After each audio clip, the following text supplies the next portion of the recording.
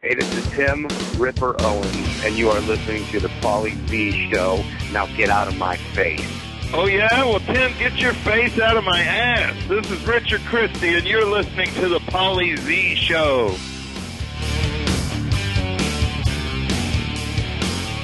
Yo, yo, yo. Welcome back to the Paulie Z Show. This is episode number 33. And today we're going to attempt to have two guests on. And the two guests happen to be related in not a blood family kind of way, but they're related in the sense that they're from the same band. I think the only other time I had two guests on, two different guests that weren't in the studio, was when we had Richie Cotton, and then we had Carmine of Peace Call, and that they had nothing to do with each other, but there was just two guests on that particular show. And but today I thought it'd be cool if we can get the singer and the drummer from the same band to call in and give us their perspective on the making of the new record. The band is called Charred Walls of the Damned. It's a new group, and it features two guys that you may know, and these are the two guys that I'm going to attempt to get on the phone today. One is the singer Tim Ripper Owens, who is probably most known for being the Rob Halford's replacement in Judas Priest, and also the subject of the movie Rockstar. That movie was pretty much based on his experience, replacing Rob Halford.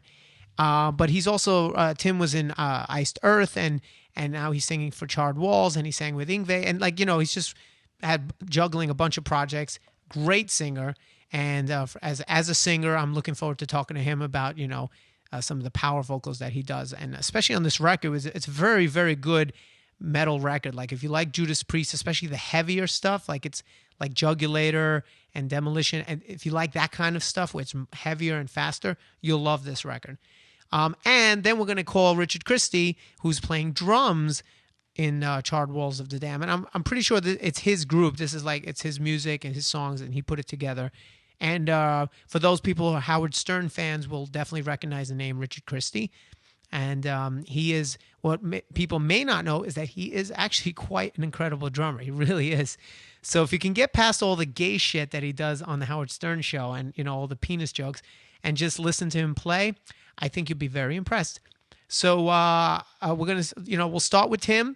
We'll get a little bit of feedback from him. Maybe we'll see what, get some of his opinions on Richard, and then we'll get Richard on, and then vice versa, and we'll see. We'll see what happens from there. All right, so I think we have Tim on now. Tim, you there?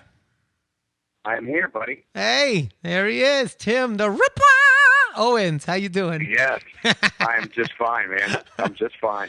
Dude, I was, we're going to talk about the album in a second, but I was just jamming to it on the way here, just to get in the mood and stuff.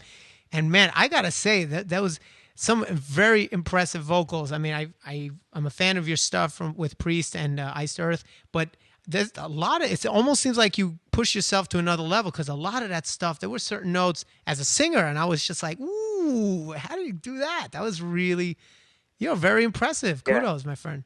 Well, thank you. I regret doing it after the fact. Because I realized I have to do it again live every night for 6 shows in a row, so it's, it's not the easiest stuff. But I like everything to be different, and every album's different. I released a solo album last year, and it was a little different. But the Charred Walls of the Damned CD is just it definitely stretches it. Yeah, one of the hardest parts about it is really redoing it live, because there's nowhere to breathe. And you could tell it was written by a drummer, not a singer. Right. Because by the end of the song, I'm just physically worn out and I can't even breathe. Ever mind, this the song Cherry Pie, obviously by Warrant. Have you ever tried singing that song live? It's insane. I haven't. Oh, if you try singing it live, because I sing it sometimes with my friend's band. They ask me to come up as a cameo or whatever, and you can't do it because there's no air for 5 minutes. It's like, except for the solo. It's ridiculous. And if I would have known that, I would have recorded it in a different register. Right. I would have recorded it. The hardest part is to sing in your higher natural voice, because it's it takes so much of your power away. Falsetto doesn't as much, but it's the higher natural voice and the Dio type vocals and the Dickinson, and by the end of the song you're just like, oh my God, we need to extend, we need to some people shorten songs live. We need to lengthen it, put musical parts in between the verse and the chorus. Drum solo. I have 2 words for you. Drum solo. Yeah, it's funny. I'm just putting a solo tour together. I do it in September, and I was giving a band a set list and said, listen, I usually don't do this, but now that I'm 43, we need to maybe put an instrumental in there. I know it's a Timberphone solo tour, but you guys need to learn an Ingve song or something to put in there. Yeah, well, let's. I mean, as a singer, I totally relate, because what you're talking about, for if people don't know what we're saying, like there's that middle voice, that is the upper middle voice is that power vocal. It's like right before you go switch over to falsetto. And I agree with you, because when I have problems, it's always in that range. And usually I don't, but people get sick, or like you say, you get fatigued, or you do too many shows in a row. And if I can't hit those notes, I can still somehow hit the falsetto if I needed to. But, yeah. Right? And it's weird. And that was always it. It's a little tougher for me now, crossing over. I think probably about 39, I crossed over myself and started getting tougher falsetto-wise. But you can hit the higher natural voice in your falsetto, and you can kind of teeter back and forth. But, it's definitely the one that wears you out the most, and physically you get worn out from singing in the higher natural voice. Yeah, and and people tell me all the time, and I'm starting to realize that now too, is that because when you do it in the studio, it's one thing, but like when you're playing it live, and then you realize every song's like that, you start to think, and this is what I'm thinking right now, maybe it might be going through your head. It's like, why is every song in this register? What the hell am I thinking? Well, that's exactly right. There's songs that I recorded before, like the song I did for Beyond Fear called Scream Machine. It's gotten really popular, and I always have to do it. And I think to myself, why did I do that song? It's become an anthem kind of mine when I tour around. But it's like, oh my goodness, it's a bear, And I obviously the older I get, I go in the studio and I don't think about it. Like the hardest songs for me to sing are always my own. I can sing other people, like in Priest. The hardest Judas Priest songs for me to sing was my own songs, other than the old ones, because I always went to the absolute limit of my songs, even on my solo record. So, and you would know, then you go back and redo them, and sometimes I'll put in Paranoid or something in the set just to take a break. Yeah. From doing mine, but you know what? The older I get, it doesn't get any easier. Obviously, with the Charred Walls of the Damned CD, it's one of the most difficult ones I've done. So it's I noticed I'm not giving myself a break. I keep telling myself I am going to give myself a break, but I've yet to do that. I've noticed, and that's the reason I brought it up, because I noticed a difference. It's not like just another CD. Like I noticed a significant difference in how much power singing you were doing, and how you kind of stay up there a lot.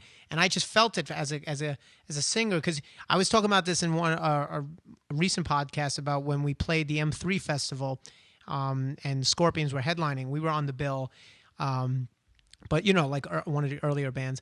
But we stayed for the whole show, and we stayed for Scorpions, well, at least part of it. And Klaus lost his voice; he had no voice.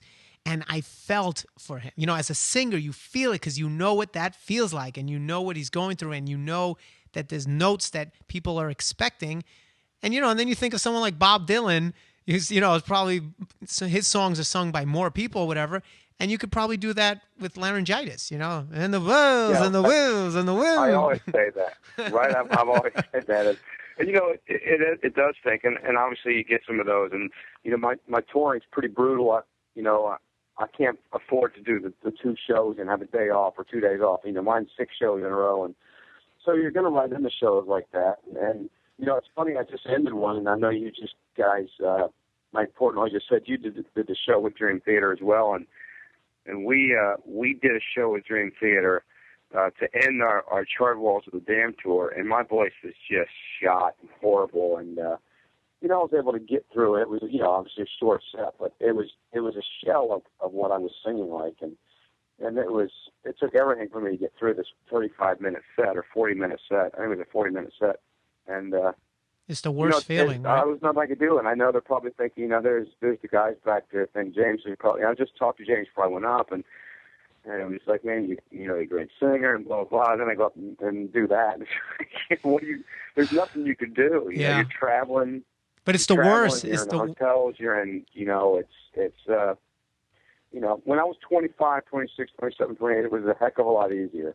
It's the You know, it's the worst feeling in the world, when I was man. 35, when I was 35, it was a heck of a lot easier. But you know, it's everybody knows whether I'm touring with Ingve or anything, my solo thing. If there's something going on afterwards, there's probably a 99.9% chance I won't be going. Right. You know, because the dream gig, as you would know, with this for a singer would be going out doing the Trans-Siberian Orchestra thing, right? Right. Well, you can get up and sing. You can get up and sing 2 or 3 songs. Everybody's like, they do 2 shows in a day. Right, well, the right, band does. It's brutal on the band. I mean, that's a hard thing. But the singers get to sing 2 or 3 songs, 1 song, whatever, a show. Man, that's a dream gig for me. Well, isn't that how you did? Isn't that how you met my brother on TSL? Right? Weren't it your That's kids? exactly how. Yeah. No, Yeah. We met in Akron for the first time. We met in Akron, and you know, it was funny. That's exactly it. You know, so. And that's where you're from, right? Akron, Ohio. I'm from Akron. I've actually never moved. I'm still there, and never. You know, I'm actually sitting at the beach in Florida right now, relaxing. But I'm you know, Ohio I'm boy. born there, and I think my wife would get up and move here to Florida at any time and get into this heat and sit by the water. But I'm an Akron guy. My family's there. My wife's family's there, and we're just kind of you know, never had to move, even with Priest. You know, I've always stayed in Akron. Really? Well, going back to really what for a second, where you were talking about singing the Priest songs. You know, the interesting thing about Priest, and I always said, because I grew up, you know, Priest and Maiden and bands like that. I mean, just, you know, just I equate that with my childhood. Like, I love that stuff to death. But I always felt like, if you asked me which was the greatest heavy metal band, I always thought Priest. And the reason was, and not by much, but I always would pick Priest over Maiden because I felt like they were the most diverse when it came to, like, right? I agree 100% with you. And I think they were the most underrated band. Yes. Of the 80s, even though they sold, you know, had platinum records and stuff. You know, when you have bands, and not taking nothing back about Guns N' Roses when I say this, though. I say, here's Guns N' Roses that can come along and sell 15 million records, and then there's Priest and Scream of Vengeance that at the time sold 1 million. And I'm like, yeah, they just were. Scream of Vengeance is you can put that against any record out there. Yeah, and that's the thing. The writing was, it was just a more mature a product, I think, and his vocal, he wasn't always up there. That was the interesting thing. Is like with Bruce was always in that register, always, and you know, very rarely. And Halford would be like, you know, like he would very rarely, if anything, you'd get like half a record where he's singing, you know, you know, and it's like, give me the scream. Listen, Maiden is just unbelievable, and there's no doubt about it. And they just keep going, and you know, they're like, to me, I put them there like with the Grateful Dead of heavy metal, because there's kids who don't even probably have an album, but they're wearing Iron Maiden t-shirts and going to the shows. They have this following that, you know, the new album might come out and they sell 150,000 copies, but but you know, it's they're playing to 50,000 people. You know what I mean, or whatever. Exactly, it is. Right. Well, they're because the thing is, they're like this, like you said, like Grateful Dead or even CBGB t-shirts. People who don't never even been there. I think what Maiden did was, because they were so focused and they had that imagery and everything and that sound, is that they were able to create something that became more. It's more of a brand. It's a better brand than Priest is. Priest is probably a better band. Right. You know what I mean? They're a better band and they're a better brand. Yeah. Priest, the thing that was different about Priest, and this is probably what changed it, is why some people that would go off the bandwagon there was Judas Priest changed with every record. The only 2 albums that were ever the same were Screaming for Vengeance and Defenders of the Faith. Right. You know, they changed with every record. So some people might go, I don't like that. It's totally different. Well, that's just what they did, and that's, you know, look at the early albums. That's what excited me to hear. You know, to hear Sad Ones of Destiny, Sin After Sin, Helmet for Leather, Stained Class. All records were different. But that's like, to me, they're like Zeppelin. You know what I mean? When you think of Zeppelin, you have Heartbreaker, then you have something as heavy as Immigrant, but then you have like Going to California, and then you had the late, you know, Dire Maker, and they grew. So they were more musicians. Whereas a band like AC/DC, to me, AC/DC is like Iron Maiden. Like they have a formula, and they stuck to that formula. And I don't think one is really better than the other. I just think it's different. I think musically speaking, Priest is like, I agree with you. It's like Deep Purple is the same thing, very underrated, you know.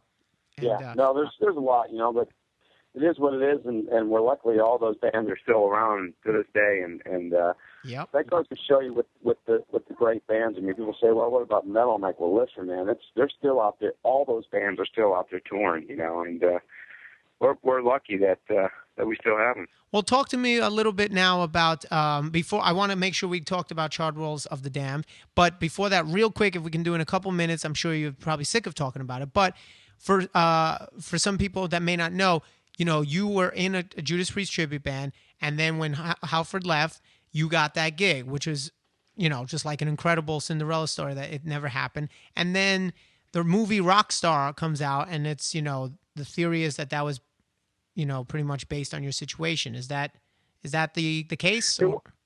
Well, it was, you know, when I was at a New York Times article written about me, it was a really big one, and then what, you know, I'd gotten a call when that came out from like Warner Brothers and a bunch of film places, and George Clooney's company was the one that called, and so they were interested. So from the start, they wanted to actually make a story. They wanted to call it Mellow Gods and make this story.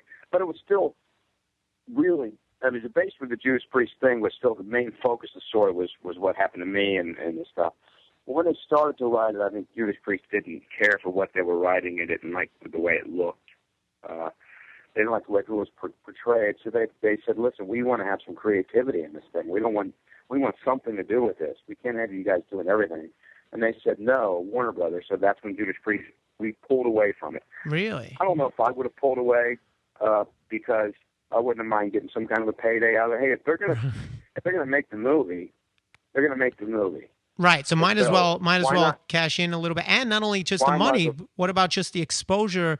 Just to, you know what I mean, for newer people. Well, you're right. I mean, you're 100% right. And we were going to try, but you know, the Priest people didn't, so we pulled away, and that's when they changed it to Rockstar, and then they started changing.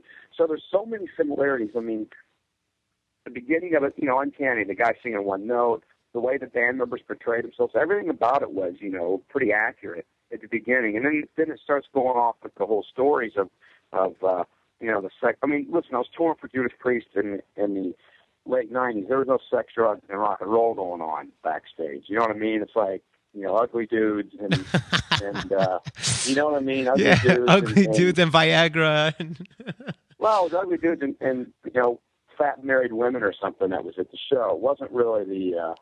I should say that, I guess. Wasn't the 70s, baby. It wasn't the 70s and 80s. Yeah, that's for it sure. wasn't the 80s hard rock scene, you know. This was what they basically was trying to bring some of that excitement into it, and you know, a lot of it. But so many similarities were there, and it was still I don't know, to me, but it was you know, it was what it was. But I'm still honored. I'm still honored with that they want to do it. I say what's great now, Paulie, is that they make a movie about me, and in the movie they make a movie. So now my life story is better because there's so much going on in my life with everything that's happened. That, could you imagine showing a movie about my life now, that inside that my life, they're making an actual movie inside the movie. So it's such an amazing story now. The movie would be way better. So I guess, right. And it wouldn't have to be Rockstar Part 2. Now they could just call it whatever. Right. Well, now you're playing with Richard Christie in a band called Charred Walls of the Damned, which is, you know, so one of the projects that you're sort of juggling, right, at the time. Am I right? Yes. Yeah. Okay. And I'm going to have Richard on the podcast. Actually, he's going to call in as soon as we're done talking. So what I was hoping for, to make it fun, was I was hoping I ask you a couple questions and get your side of the story of, like, you know, the band, and then I'm going to ask him, and then we're going to compare notes and see how your opinions maybe are the same or that differ, kind of like Dirt, like the book. You read the Motley Crue book? I didn't. No.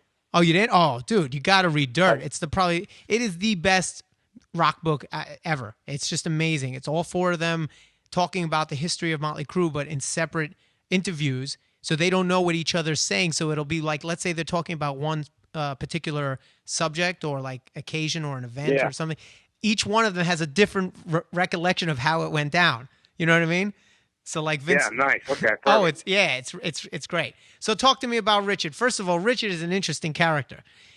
That's all. He is definitely an interesting character. How is it working with him? Well, it's great to work with. It's funny because he is interesting and he's unique. Unique. That's the word. Unique. I like that.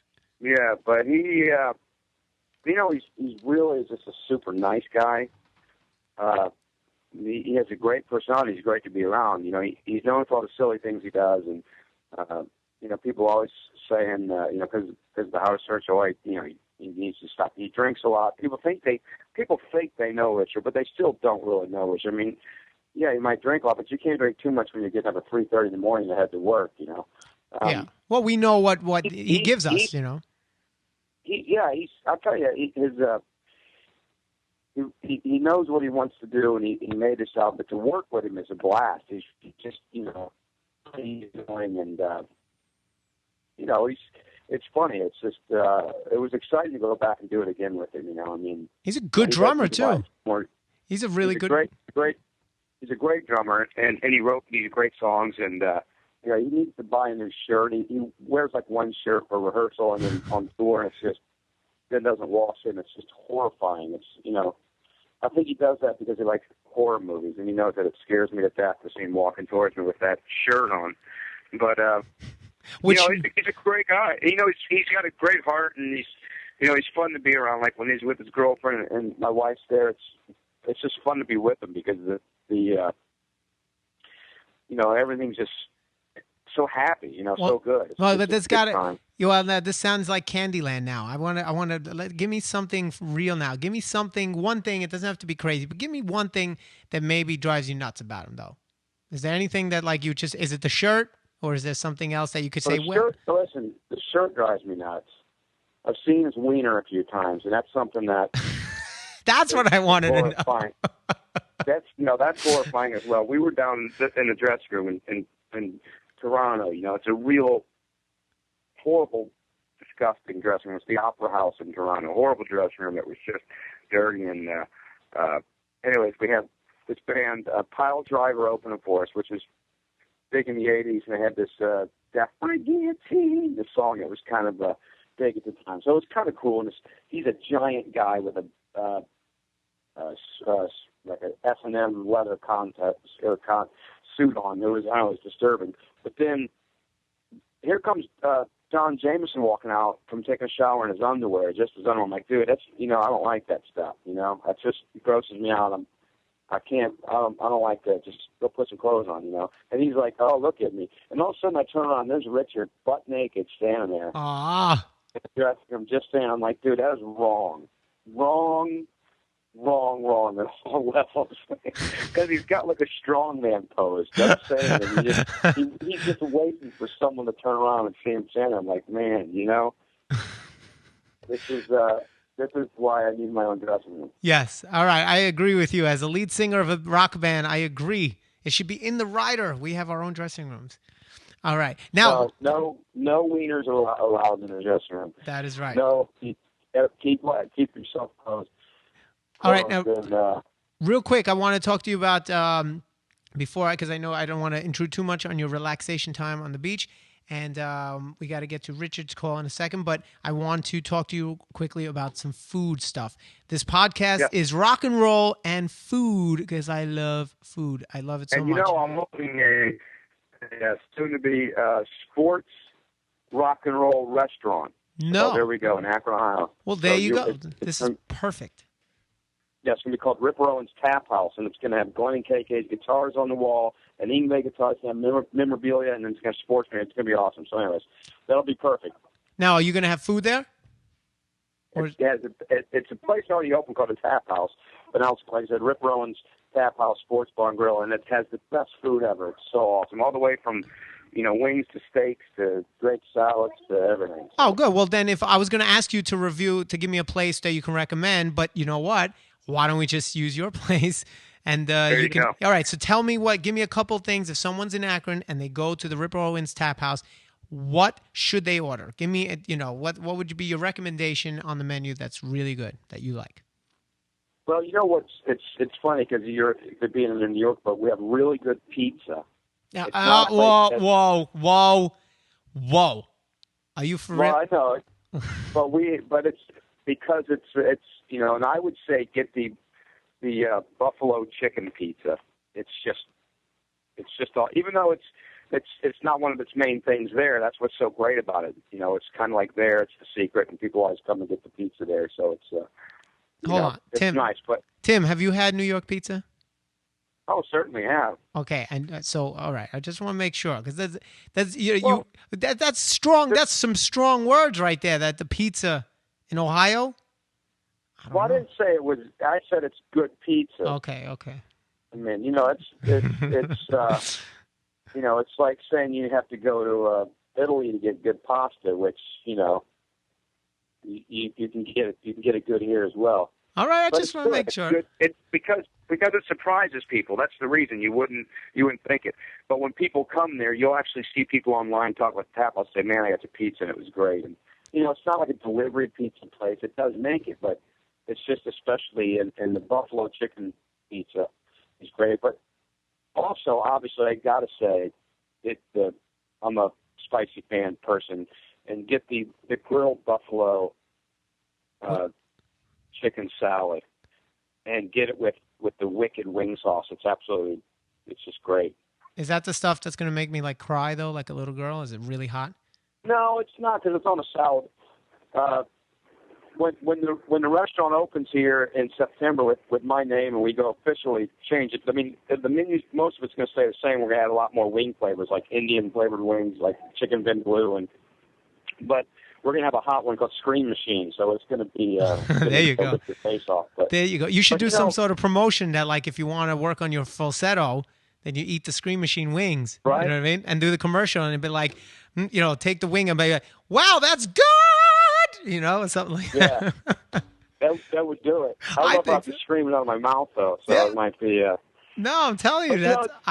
This place has a great atmosphere, that's great food, and the thing that makes me want to go into business with my friend there, Randy, is that it has that. You go in and you say, listen, the portions are good, the prices are good, and it's, now when we make it half a music bar, I do acoustic shows there when I'm in town for free. People come in and, it's cool. just a good place to come to, but the food it's like that secret of, I want to unleash the secret now. I want to make everybody know that, listen, you come to this place, and so far Don Jameson's did stand up there a couple of weeks ago. We did an autograph signing with Richard and Don, and when people come into town like Ellison or whoever, we go there and we eat. And so it's this place that a lot of people would come in, like you guys might come around town. Well, you guys come out and do some songs and jam or whatever. Yeah. You know what I mean? It's fun. It's a small place, but it's fun.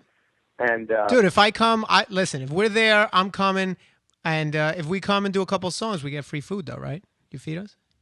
If you come anyways, you're going to get free food, so it doesn't matter. Even if you didn't come in, you'll be getting free food. Oh, so well then, we'll hook you up. All right, well, you know what? That's it. I'm going to be on the phone. As soon as we're done with this podcast, I'm going to call my agent, and I'm going to be like, book us a show in Akron, Ohio. What you do is you do a food tasting there someday if you're ever out and you guys get out and about, and we'll work it out. We'll get it all hooked up. All right. I like the sound of that. Well, listen, Tim, thank you so much. Ripper Owens. And we're going to have Richard on and talk and get a little bit of his side of the story of how Charred Walls of the Damned came together and some of the things that drive him crazy about you. I'm curious to see what he says. And you know what he's going to say? What's he going to say? Tell me. He's going to say my farting. Okay, let's see.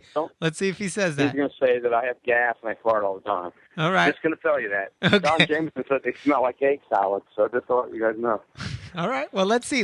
I'm curious to see if he actually does say that. I'm going to find out. Right. All right. Well, Tim, thank you so much, man. Thank you. Tell your brother I said hello. I will. And we'll talk soon. All right. We'll see you in Akron. All right, buddy. Some wings. Okay, man. Later, all right, bro. Bye. All right. So there you go. That was Tim Owens and, giving us a little bit of insight into his world and also some of the things that drive him nuts about Richard Christie. And now I think we have Richard holding on the phone, and we're going to get him on right now, and we're going to ask him the same question and see if they sort of match up to what Tim was saying. And also, I'd like to get some insight into the origin of this new project, because I believe it seems like it's his brainchild. So let's see if he's there. Richard, you there? I am here. How you doing, Paulie? What's up? I'm doing good. How you doing? Hey. I'm doing good. How you doing? It's good to talk to you, buddy. Yeah, same here. I think before we get into it, I just remembered, honestly, it just popped in my head. I think one of the last times I saw you was at the freaking Chris Jericho incident where I didn't get my ticket. Remember? At wrestling, yeah, I felt so bad. You were there for that, and that was like one of the stories, one of the first podcasts that I did. I might have been like the second, third one. It was very early on. Did you ever make it in? No, I went home. Oh, that's what I thought. Yeah, I couldn't remember exactly if you'd made it in. I felt so bad for you. You had to hang out there, and I was like, I didn't know what to do, but that's a bummer. Well, what you should have did as a good friend is you should have like trying to blown somebody and gotten me an extra ticket. I'm not very good at blowing people. They'd probably ask me to give them their money back or something. I suck at it. Oh, well, all right. Well, there you go, folks. He has tried it. You just admitted to trying it a few times. Well, I've tried it on bananas and stuff, and even the bananas complain. So I've never moved over to an actual human. The funny thing was that we went to see him again when he wrestled. I don't know, it was maybe 3 months later or something. He came back, and it was a Jersey. And we went. He goes, he was so apologetic. By the way, I spoke to him afterwards, and he didn't have he didn't get reception in the backstage. So he was like, mortified that happened. So he said, "I promise next time, and you'll have great seats, whatever." So I get. Well, I had a freaking blast at wrestling. That was the first time I had been to see professional wrestling since I was a kid back in the probably since actually I saw it a few times in the 90s, but. It was great. I had an awesome time. It's so much fun, especially there was a row of people behind me who I guess still kind of thought it was all real, and they were freaking out, and that made it even more fun. Oh yeah, that's the best. Well, that's the same for me. I really haven't seen it since I was a kid too. It's been a long time, and I was very obviously bummed because I was excited to go that day. So then we're in Jersey, and now I go up to Will Call. Now, Joey is in front of me. He gets his tickets. Now, I didn't think anything of it. And then I go, and then I say, "Oh, I have tickets on the Paulie Z." And they're like, "Oh, I'm sorry, sir. There are no tickets here under that name." Now, Richard, Richard, I went nuts. I said, are you fucking kidding me right now? This is, you're playing with me, right? Anyway, this goes on for like 15, 20 minutes. I'm thinking, and Portnoy's there, and he's like, "What happened? Again? And it turned out that this time Joey convinced Jericho to play a trick on me. So actually Joey had my tickets, and they just were playing a trick on me, and Jericho was purposely not answering my texts. And he's texting Portnoy and Joey and saying, "Is he mad? Is he mad? Oh, I wish I could see this." Well, how long were they going to let it go? What if you were to start breaking stuff and throwing chairs to the window and things like that? When were they going to tell you they were joking with you? I don't know. I have no idea. But I think I kind of just at one point I think it's because I saw I grabbed his phone and I saw the text. I don't know. They would have went for a while. But I wound up getting in, and it was great. But it really was fun. You're right. I had a great time. Yeah, I used to go when I was a kid to see WWF all the time, and I still have foam from one of the turnbuckles that George the Animal Steel ripped out. Like, he used to eat the foam out of the turnbuckles and throw it on the ground, and when I was a little kid, I'd go up ringside and pick up all the foam, and I'd sell each piece of foam for like 5 cents at school. I was a little entrepreneur, and I still have a bunch of it somewhere. Nice. I'll give you 5 cents for it. Okay, yeah, if I can find it. I mean, it's a little old and crusty, but I got it somewhere. Oh, I'll put it in my drawer with my underwear, so it'll match. So anyway, let's get right into it. I want to talk to you about the new album and the new band, new project. Now, most people know you from, or at least I'm assuming, from the Howard Stern Show. Like, that's pretty much, you hear Richard Christie and they kind of equate it. It's like, oh, he's on the Howard Stern Show. And first of all, how did that even come about? I don't know how that. because I don't remember you from back in the day, like with Stuttering John and stuff. So how did you get onto that show, and how long you been with them? Well, I actually, a few people some people in the heavy metal world actually did know me before I was with the Stern Show from the band's Death and the band's Iced Earth, and I played in them in the 90s and the early 2000s, and when I was in Iced Earth, and actually when I was in Death, I was also a huge Howard Stern fan, and I lived in Orlando, and I was an electrician, and I would just listen to the show every morning when I was at work on my headphones. And in the late 90s, I just started leaving voicemail messages at their office, and they would start to play them. And then a year or two later, I started sending in material like song parodies and bits and phone calls and things like that. I would send them to their office on CD, and Howard would play them. So I kind of started to get known a little bit on the show between 1999 and 2004 as this guy that just sent in, mostly it was a lot of songs and bits making fun of Casey Armstrong back when he was on the show. And so I kind of got known a little bit, and then when Stuttering John left to go to the Tonight Show, they had a contest where you could actually win his job. You could compete. You submitted a demo of material, and if Howard liked it, he would pick you as a finalist, and they had 10 finalists, and then the audience voted on who got John's job, and I was the winner of that. So that's pretty much how I started with the show it was June of 2004. Wow, that's actually a much more interesting story than I thought it was going to be. Oh, thank you. Yeah. Thank you very much. That really was, because I didn't know any of that, and that's actually really cool and it goes to show you that it's worth that time, like to send. You would think sometimes you send stuff to people and it's a waste of time, but you were consistent, you kept going, and it actually came to fruition that now you're on the show, like it turned into something. So that's great. You never know, and it's such a cool thing that Howard gives his fans the opportunity to actually work for him. Like Sal, the stockbroker who I work with, was a fan as well, and he just would prank call Gary in the office and record it, and then he got really well known on the show from his bits and phone calls and songs, and he's working there now as well. And so that's great. Yeah, it's really cool that Howard gives his fans the chance to be a part of the show, and he still does that.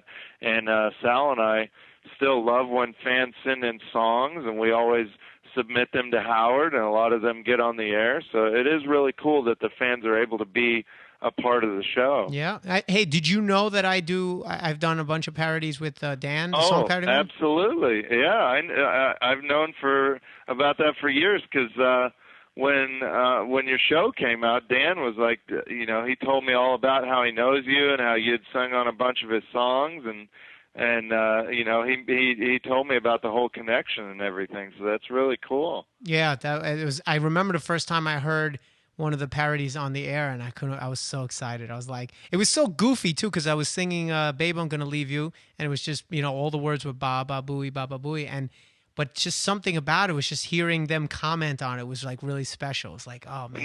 Now how do you know Dan? I never found out what the connection is between you and Dan, the song parody man. Okay, well, for people that don't know, it's a good question.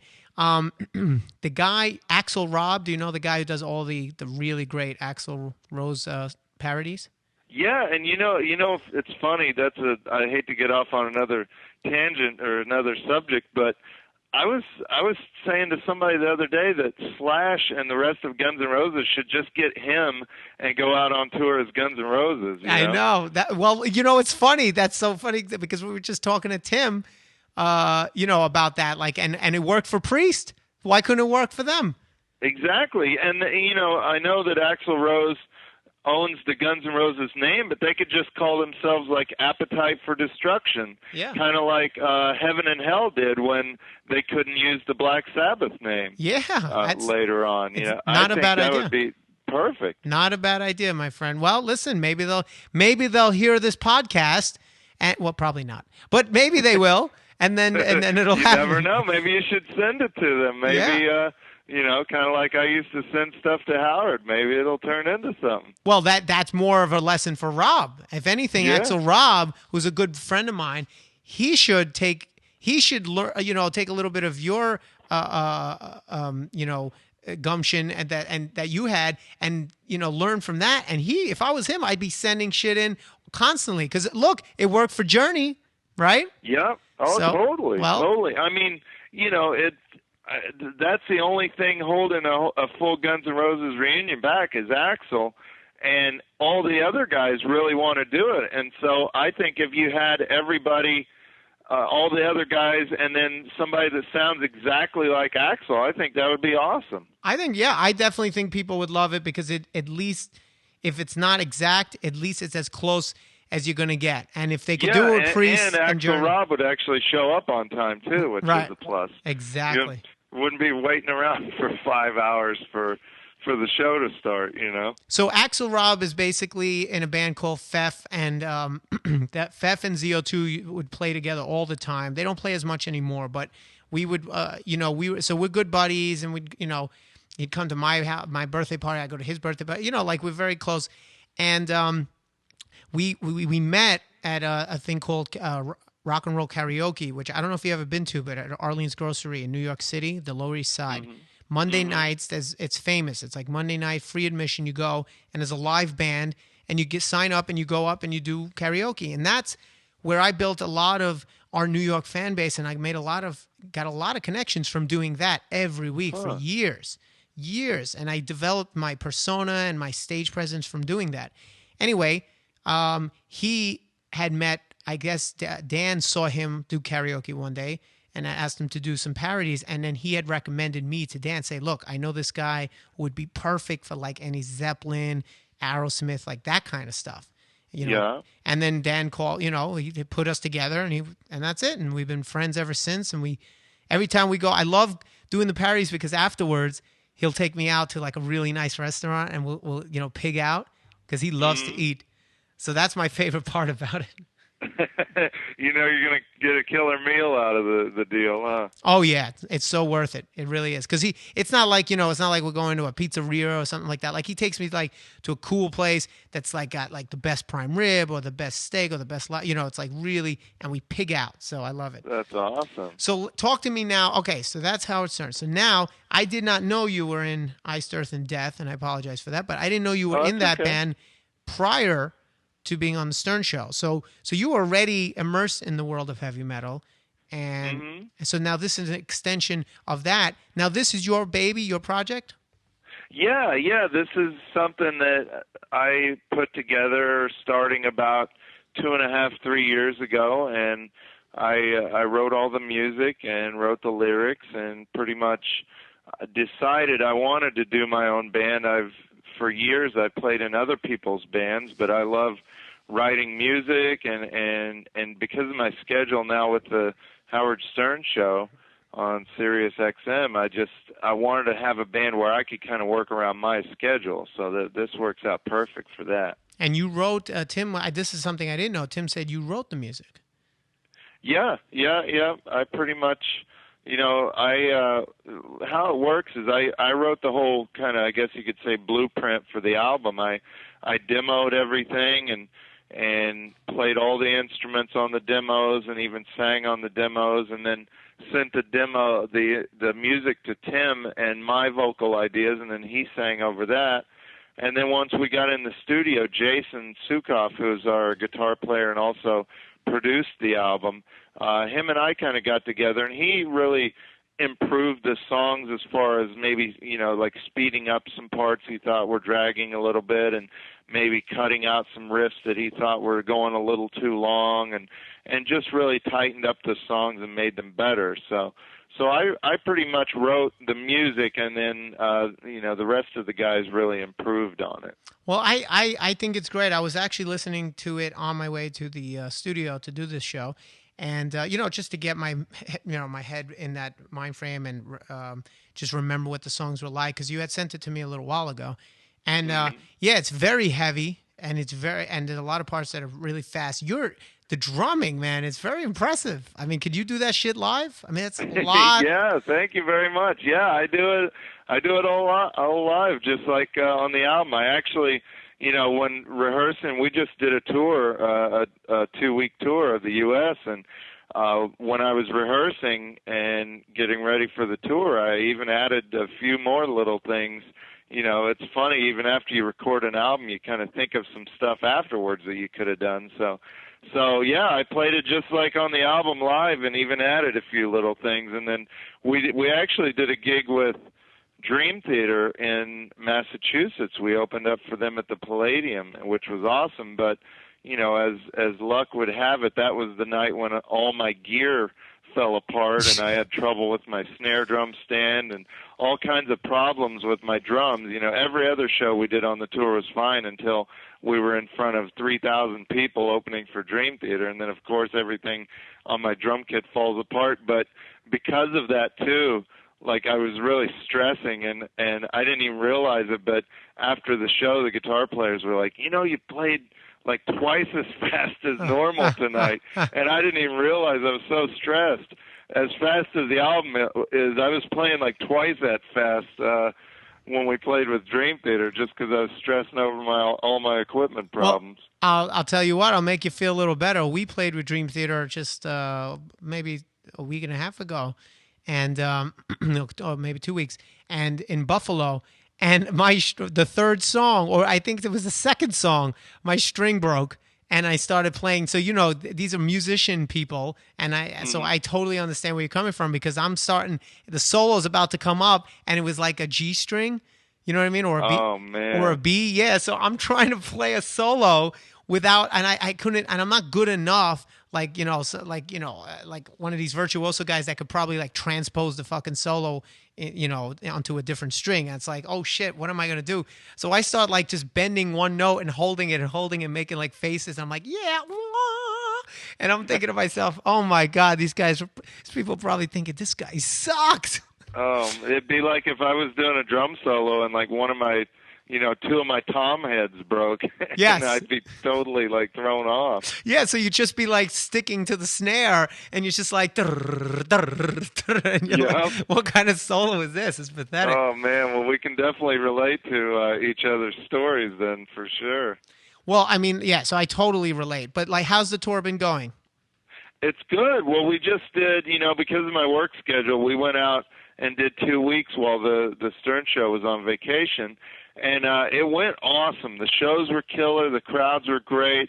It was really awesome getting back out on the road again. I hadn't played live with the band in 6 years since I last toured with Iced Earth in 2004, right before I got the job with Howard. And even though I still play drums pretty much every day, it was so awesome getting back on stage. It was just such a great feeling, and I was nervous because I hadn't done it in so long, but once I got up there, it felt like I never left the stage. Yeah. It just felt great, and there's a lot of live videos are on YouTube of us now. If you just search under Charred Walls of the Damned Live. And when I watch the videos back, I'm so psyched because the band sounds killer. The rehearsals went great. Everybody was super prepared, and everybody did an amazing job. It was Tim and I, and actually Steve DiGiorgio and Jason Sukoff, who played on the album, weren't able to make the tour, unfortunately, because they had other commitments. But we had Ed Stevens on bass, who's from a band called Shock Paris. We had Matt Sorg on guitar and John Compree on guitar, who are from Tim's band Beyond Fear. And these guys were just incredible. They came in our first rehearsal. They came in and just played the songs perfect. They had spent so much time rehearsing the material, and they knew it like the back of their hand. That was one thing I didn't have to worry about at all. Was once we got on stage, I knew we were going to just crush, and I was really psyched about that. Yeah, well, I'm happy for you because I know what it feels like. We tour pretty regularly, and there's nothing like that feeling of being on stage. So I'm glad. Oh, totally, yeah, totally. And touring's hard. There's a lot of others.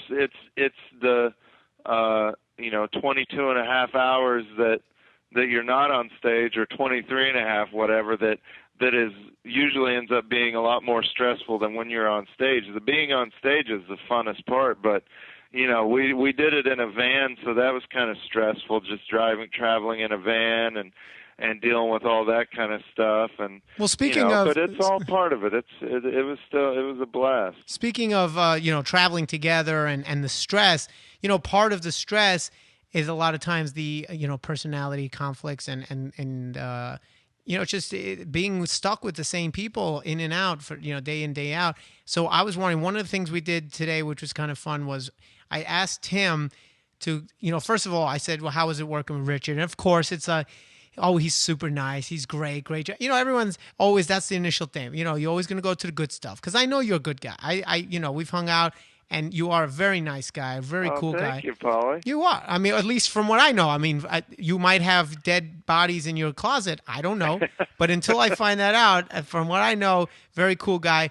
And I knew that was going to be his answer because I know you. But what I wanted to find out was there's got to be something about you that drives him nuts. So he told me, and I won't share it yet, but I want to know what about him drives you crazy? Being stuck with him 2 weeks in a van, what just absolutely drives you bonkers about him? His farts. Yes! That's what he said! Woo! He said that you would say that. Yeah. Oh, my God. He has the most lethal gas, and he does it. He'll do it right in your face. He'll, walk right up to you and fart, or he'll wait until you get in an elevator and do it, or he'll wait until it's raining and you can't roll the window down in the van, and he'll do it. He does it at the most inopportune times, and he loves it. And it is funny, but my God, it stinks. It's inhuman. It's like I don't know. It's like a fart ate a fart and then crawled up in his butt and died and then came out. Wow. It's hard to explain, but yeah, definitely his gas. And he has control of it? Like he can time it? Oh, yeah, he can save it for just the right time. Oh, my God. Just the right time for him, but the wrong time for everybody else. I had a friend like that, too, who was like that. He knew exactly when, and he can actually fart, in tune. Like, he can do it to a song, or he can do as many as he wanted or as little as he wanted. His incredible control. It's definitely an art form. Yes. All right. Well, that's funny that because he said that's what you were going to say. So, and then the other thing I want to talk about, I want to make sure we get in here before we're done, is this podcast, what makes it different than other just regular music shows, is that it's music and food, and no particular reason. It's not like they're equated. It's just because it is the Paulie Z show, and being Paulie Z, I love music and food. Almost, I have to say, it's not equal, but it's almost equal. I mean, being on stage for me is the greatest feeling in the world. Hands down, better than sex, better than anything, being on stage. But close, very, very close, are blowjobs and food. Food. Those are the other two that are really close. And two girls giving you a blowjob, that's even closer than food. But or food giving you a blowjob is good too. Yeah. Why? Like wrapping having sex with a pizza or something like that is awesome. Well, it's true, because then you can eat it afterwards, and you save on the taxi money. Exactly. So talk to me a little bit. Are you a food guy? Like, you love food, or do you eat to survive? Definitely. Well, that's, I love living in New York City, and New York City has the best food in the world, and every kind of food you could ever dream of. And you could live in New York for 100 years and never try every restaurant that's here. So I love living in New York and going to different restaurants. And I'm a huge food fan. And that's, speaking of being a musician, like one of the greatest things ever about being on stage is knowing that when you get off stage, you get to go have a beer and a slice of pizza, and that's like best. A reward. The best is eating after a show. That is the best.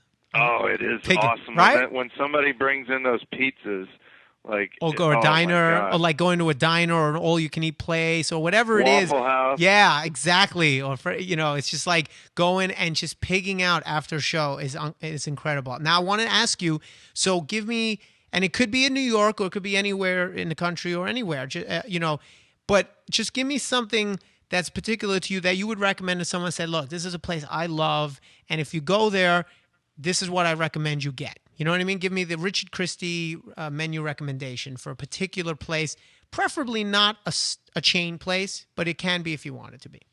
Well, my favorite restaurant in the city is a restaurant here in Long Island City, New York, where I live, and it's called Shi, S-H-I. It's an Asian restaurant, and it's kind of like my fiance and I go there at least once or twice a week, and we call it our Cheers because we walk in and everybody knows us, everybody knows our name, they treat us like family there, and it's just an incredible restaurant. The food is amazing, and I always get the sushi and sashimi plate. Like, if you love sushi, then you would love this place. They have all kinds of, like, Asian, Japanese, Chinese food. It's kind of a mixture of different types of Asian food, but they have a killer bar, too, and they make these awesome drinks. They make a man-mosa that I love, which is a mimosa, but in a big beer glass with a little bit of vodka thrown in there, too. And I would definitely recommend the sushi and sashimi plate, and you got to get the choco malt for dessert with a glass of red wine. Like, chocolate cake and red wine go together, killer. And this is the best dessert with red wine that I've ever had. So it's called Shi, and it's in Long Island City. I think their website is shilic.com, shilic.com. Do they have by any chance my favorite Chilean sea bass? You know what? That's a good question. I haven't had it, but they probably do. They have so much good stuff. And that's another place where I still haven't even tried 1/4 of the things that are on their menu. They have a really awesome menu, and I kind of get a lot of the same thing every time just because I love the sushi and sashimi plate, but I will have to check for that and see if they have it. I'm sure they do. Well, tell me, because then we'll go there. Yeah, definitely. Anytime you're in Queens, call me up and we'll go. I love the neighborhood where I live, Long Island City in Queens, is right across the East River from Manhattan, and there's so many amazing restaurants here, and I love showing people around our neighborhood because it's kind of a new neighborhood. It used to be industrial. Now they build high-rises and a lot of restaurants here, and there's like an amazing Italian place called Bella Via. They got my favorite pizza in the city. When we want pizza or Italian, we go there. There's a brunch place called Domini's Hoke. It's a killer bar here in Long Island City, and they actually have unlimited mimosas, unlimited free mimosas as long as you buy food, really? Which is incredible. My fiance and I will go there and stay for like 2 or 3 hours. And, wow. And they know us by name there, too, because we go every Friday and Saturday. See, so. I want to find a place that has unlimited food with the order of food.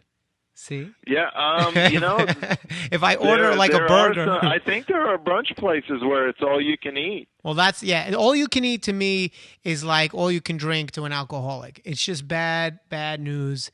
I know. Well, see, that's the thing. I've been trying to do good. I've actually lost 38 pounds in the last 3 months. Wow. Because I love food so much, and it's so hard in New York to lose weight because there's so much good food, but I started using this application called Lose It on my iPhone. I use that. Oh my God, it's awesome. It's the best. And it's great because you don't have to stop eating what you love. You just kind of keep track of what you're eating and you know when to stop. Well, it's basically the same concept as Weight Watchers, which is out of all the diets, I think Weight Watchers is probably the most successful and most consistent. But the thing is, it's the same concept. It's all portion control and everything has a value.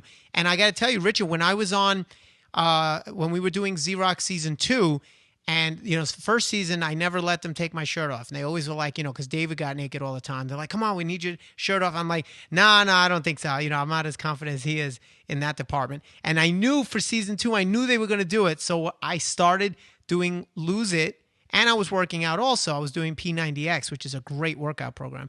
But anyway, the Lose It thing. And I lost in 2 months, I think I lost 20 pounds. And you would think, where the hell am I going to lose 20 pounds? I'm already thin, but it makes a difference. It's those little spots. And then when we did that wrestling episode with Jericho, I came out and I had, had my shirt off and I was happy. I was proud and everyone was complimenting me, saying, "Wow, you look good." And then obviously I went right after that episode. I went right back to binging, but that was disgusting. But the Lose It It's program, awesome though. It's funny because that application really it works. This is the most weight I've ever lost, and I haven't weighed this little probably in 10 or 12 years. Well, you know who uses it too, and you can share. I don't know if you know this, but he told me this. Sebastian Bach, when he was doing Celebrity Fit Club, he started using Lose It, and he still does. And you can add friends and see. And you can. So I have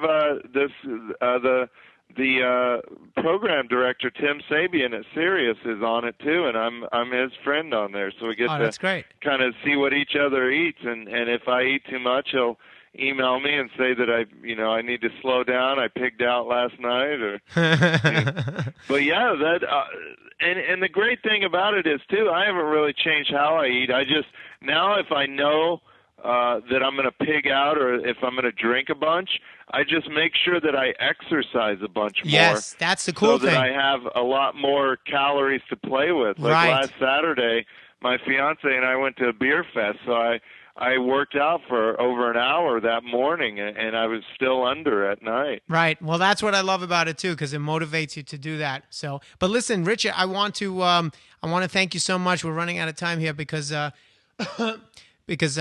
usually don't have two guests on, but I wanted to try something different today, and I'm glad that I was able to get you both on the same day, because I think it's kind of cool to get two guys from the same band and get their perspectives. So, well, that's awesome. Thank you so much for having me, Paulie. I really appreciate it. It was great talking to you. Same here. And next time I'm in Queens, which is probably never, but if I'm ever in Queens, I will definitely call you, and then we'll go check out that place. Maybe I'll just go to Queens just for that. Definitely. If you can find me at one of those restaurants pretty much at any time on the weekends. We're at brunch pretty much every Saturday and Sunday at Dominique's Oak. So nice. Just come by and we'll be there, I'm sure. Nice, man. Well, listen, thank you so much for taking some time. I hope you enjoyed the interview. And well, thank you, Paulie. Can I throw out a plug for my website real quick? Of course. Cool. It's richardchristie.com, and that's pretty much where I update all my band things I got going on, or if I'm doing comedy stuff with Sal from the Stern Show, we update it on there. And you can go to richardchristie.com for pretty much any Charred Walls of the Damned or Richard Christie information. Awesome. Perfect. And congrats again on the album. I really do like it. It's heavy, it's aggressive, but it's melodic. And, I think you guys did a great job. So I wish you success, and I hope to see you guys live next time you play. Just give me a buzz. I'll come down. Awesome. Thank you so much, Paulie. I appreciate it. All right. I'll talk to you later, bro. Okay. Take care, buddy. Bye. All right. Well, there you have it. So we're quickly running out of time, so I'm going to just plug everything real quick. It's I don't even know what I'm saying. Let's see. It's okay. You can go to thepauliezshow.com. This is what happens when you rush. Or you can go to iTunes and subscribe to the show for free there. Also, if you want to email me, the email is yopaulie@thepauliezshow.com. And my Twitter, if you want to follow my shenanigans, is twitter.com/ZO2Paulie. And, of course, the band's website is ZO2.com. So I'm pretty sure I got everything there. All right, so I'll talk to you next time. Later.